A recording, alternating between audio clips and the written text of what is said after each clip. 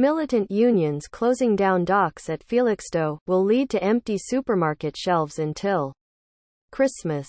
Fears that huge 8-day walkout at UK's biggest container port will cause shortages, disrupt £700 million of trade and send inflation through the roof. Around 1,900 members of Unite Union started industrial action at the Port of Felixstowe, Suffolk, yesterday. Felixstowe handles nearly half of containerised freight entering the UK, more than 4 million every year.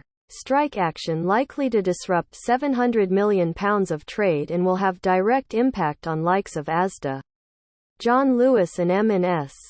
Manufacturers such as Rolls-Royce and Jaguar Land Rover also likely to be affected due to delay getting parts.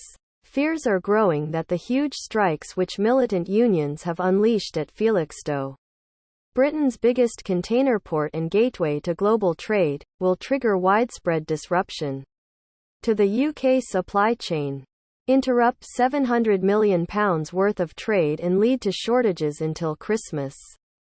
Around 1,900 members of Unite have begun 8 days of industrial action at the port in Suffolk as hardline union bosses play chicken with the UK economy and potentially the living standards of millions of households in a dispute over pay.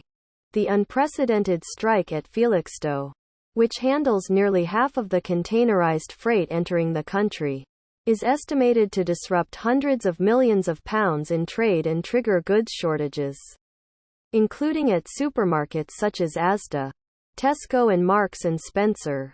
Experts have warned that shortages could put pressure on the price of goods and fuel.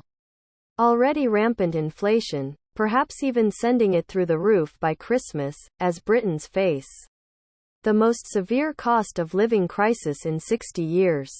Manufacturers such as Rolls-Royce, Jaguar Land Rover and JCB are also likely to be affected due to delays bringing in parts and exporting goods.